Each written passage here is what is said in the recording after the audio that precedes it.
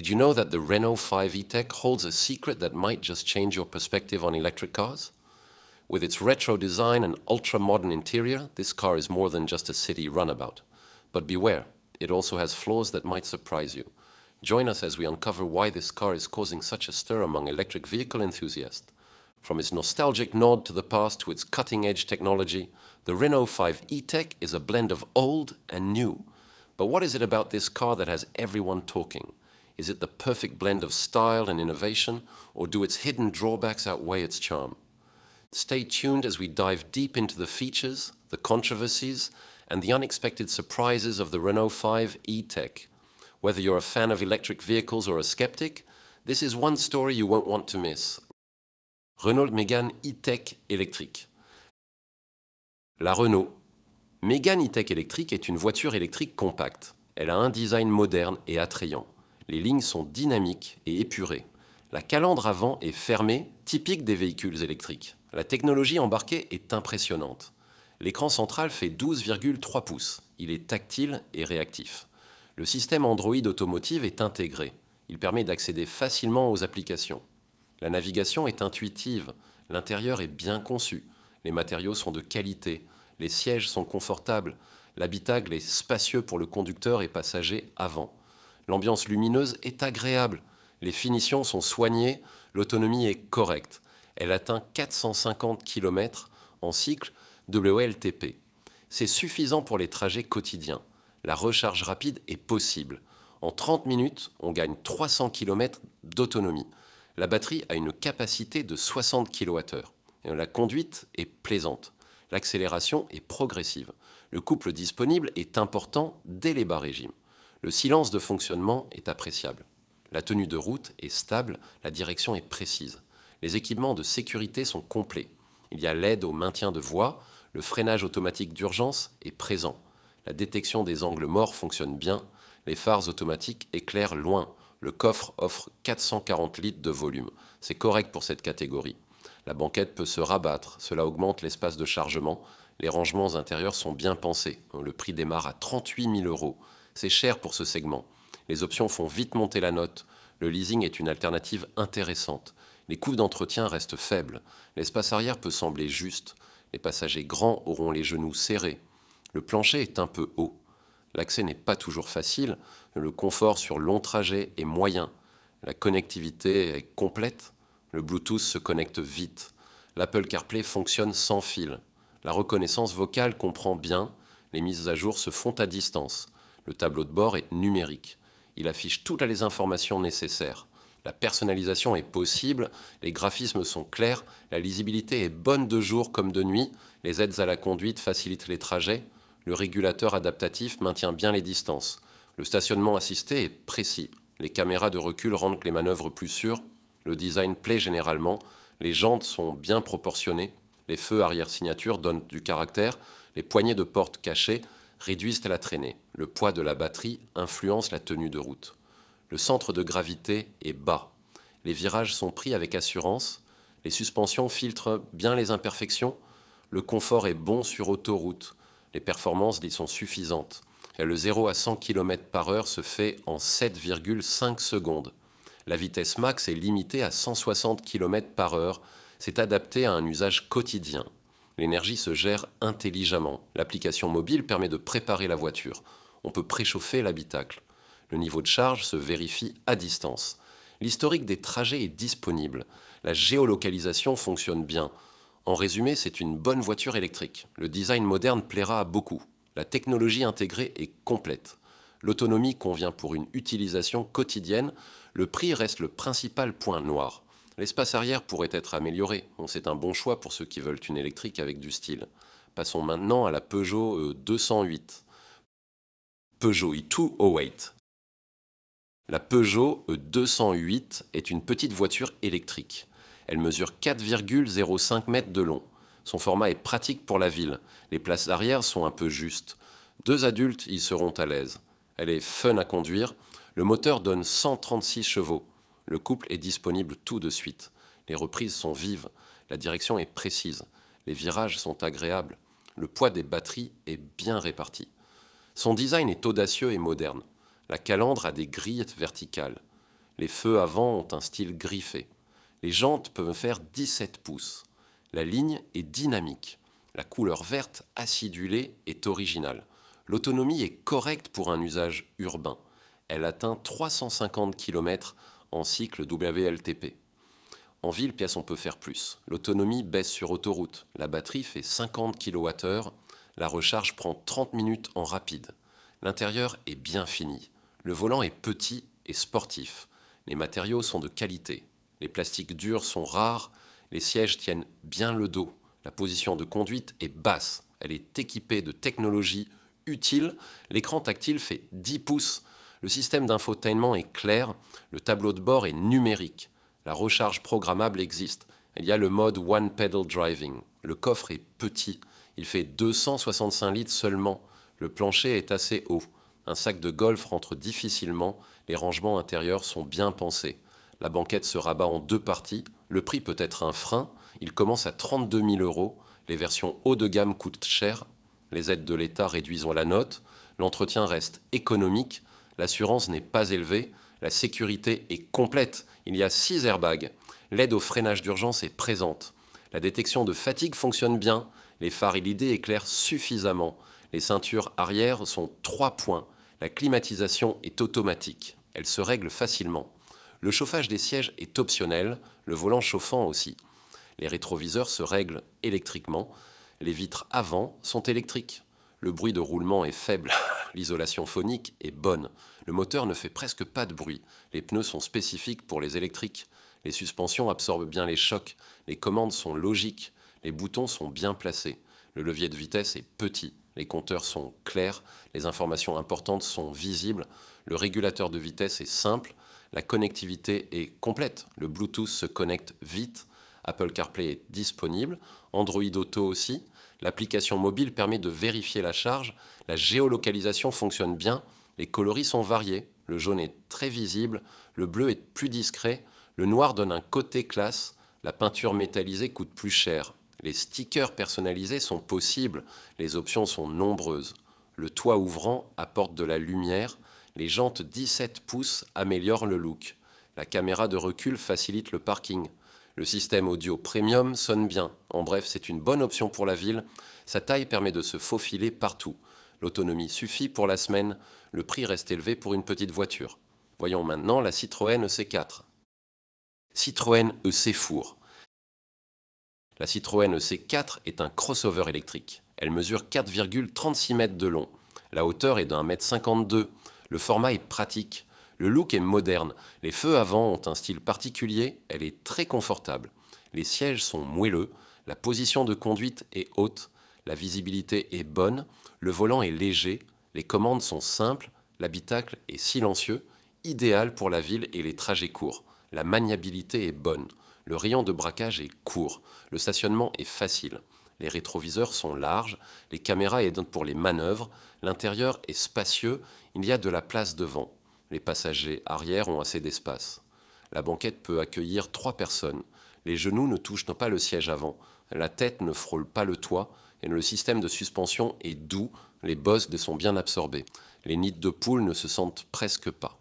La conduite est relaxante. Les longs trajets fatiguent moins. Le confort est prioritaire. Elle a une bonne autonomie. Elle fait 350 km en cycle WLTP. En ville, on peut aller plus loin. Sur autoroute, l'autonomie baisse. La batterie a 50 kWh. La recharge rapide prend 30 minutes. La puissance est de 136 chevaux. Le couple est de 260 Nm. L'accélération est progressive. Le 0 à 100 km/h prend 9,7 secondes. La vitesse max est de 150 km/h. Les performances sont suffisantes, mais elles manquent de sportivité. Les virages sont pris lentement, la direction manque de précision, les reprises ne sont pas vives, le freinage est mou, le mode sport n'existe pas, le design ne plaît pas à tous. La face avant est originale, les feux arrière sont fins, les jantes 18 pouces sont standards. La couleur grise est classique. Le vert fluo est plus audacieux, le coffre fait 380 litres, c'est correct pour la catégorie. Le plancher est plat, les bagages rentrent facilement. La banquette se rabat en 2 parties. L'espace total atteint alors 1250 litres. Les équipements sont complets. L'écran tactile fait 10 pouces. Le tableau de bord est numérique. La climatisation est automatique. Les aides à la conduite sont nombreuses. Le régulateur de vitesse est adaptatif. Le prix commence à 35 000 euros. Les versions haut de gamme coûtent plus cher. Les options font monter la facture. Le leasing est possible, les coûts d'entretien sont faibles, l'assurance reste raisonnable et la sécurité est bien pensée. Il y a 6 airbags. Le freinage automatique existe. La détection des angles morts fonctionne. Les phares s'adaptent à la route. Les ceintures sont 5 points. La connectivité est bonne. Apple CarPlay est disponible. Android Auto aussi. Le Bluetooth se connecte vite. Et l'application mobile permet de vérifier la charge. La géolocalisation est précise. Les matériaux sont corrects. Le plastique dur est présent.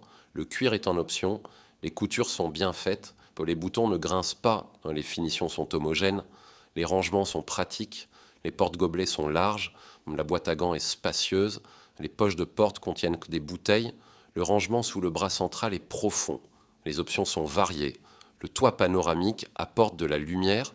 Les sièges chauffants sont agréables. Le volant chauffant aussi. Le système audio premium sonne bien. La caméra 360 degrés aide au parking. La recharge est simple. Le câble est fourni. La prise est de type 2.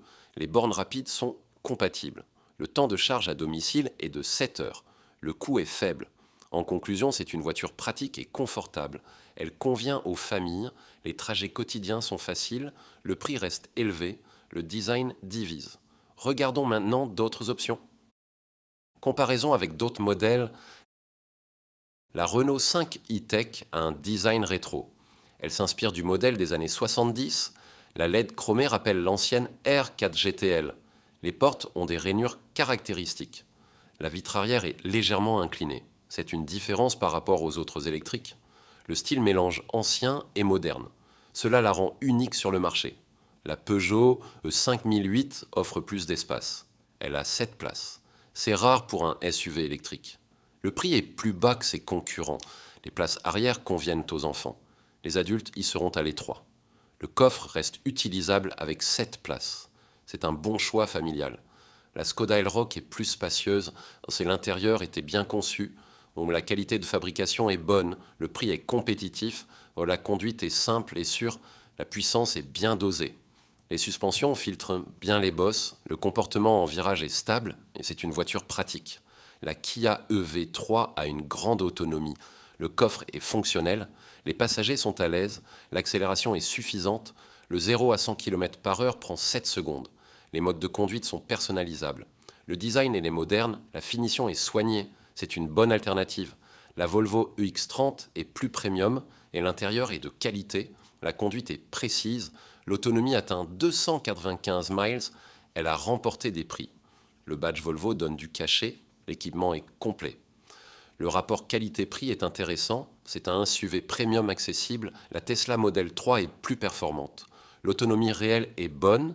Elle fait 319 miles en entrée de gamme. L'isolation phonique a été améliorée. L'accélération est vive. Le modèle de base fait 0 à 100 km/h en 5,8 secondes. La version performance est encore plus rapide.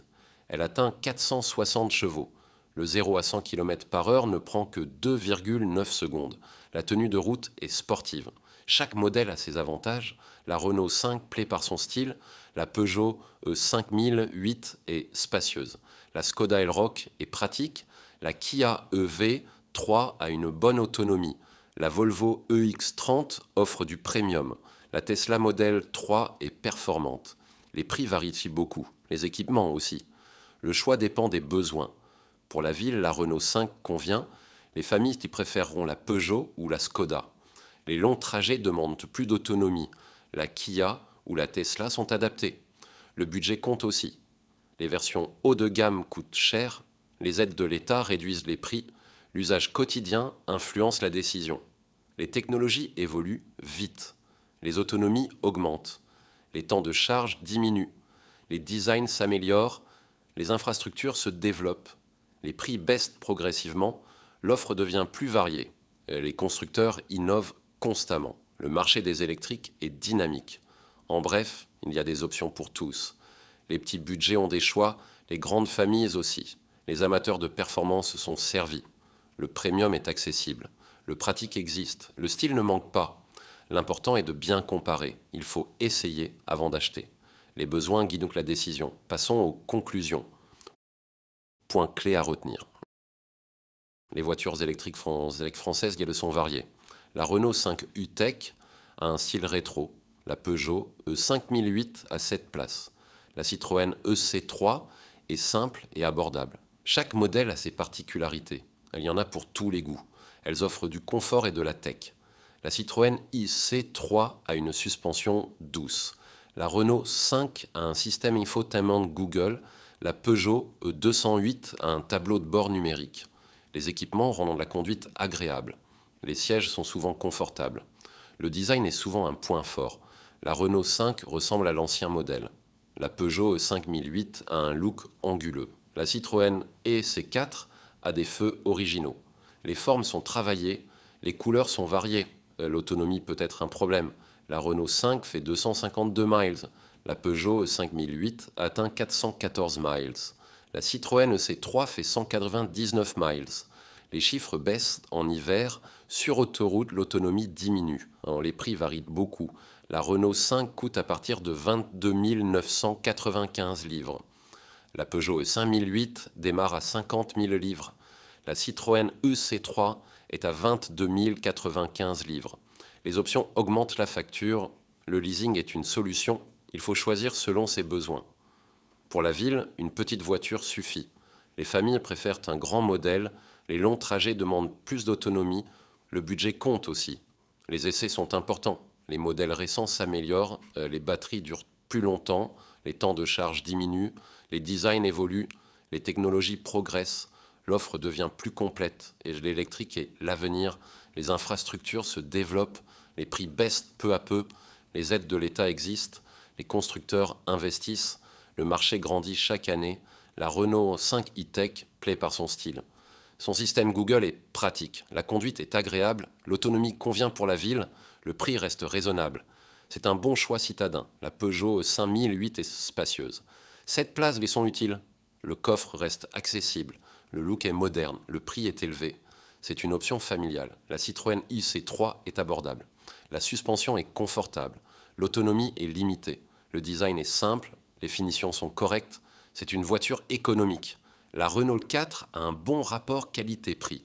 La technologie est bien pensée. La conduite est plaisante. Le style mélange ancien et moderne. L'autonomie est de 247 miles. C'est une alternative intéressante. La Peugeot 208 est fun à conduire. Le design est réussi. L'intérieur est bien fini. L'autonomie est correcte. Le coffre est petit. C'est une bonne urbaine. La Skoda Elroq est pratique. Alors l'espace est bien utilisé. La qualité de fabrication est bonne. La conduite est sûre. Le prix est compétitif. C'est un modèle polyvalent. La Kia EV3 a une grande autonomie. Les performances sont suffisantes. Le coffre est fonctionnel. Le design était moderne. Les finitions sont soignées. C'est une bonne routière. La Volvo EX30 est premium. L'intérieur est de qualité. Alors la conduite est précise. L'autonomie atteint 295 miles.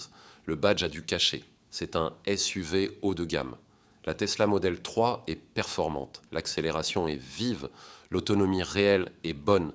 L'isolation phonique s'améliore. Le 0 à 100 km/h prend 5,8 secondes. C'est une sportive électrique. Les technologies évoluent rapidement. Les aides à la conduite se multiplient. Les systèmes de recharge progressent. Les matériaux s'améliorent. Les motorisations gagnent en efficacité. L'électrique avance vite. Les infrastructures suivant le mouvement. Les bornes sont plus nombreuses. Les temps d'attente diminuent. Les tarifs se stabilisent. Les cartes de recharge s'unifient. La pratique devient plus simple. Les aides de l'État existent. Le bonus écologique aide à l'achat.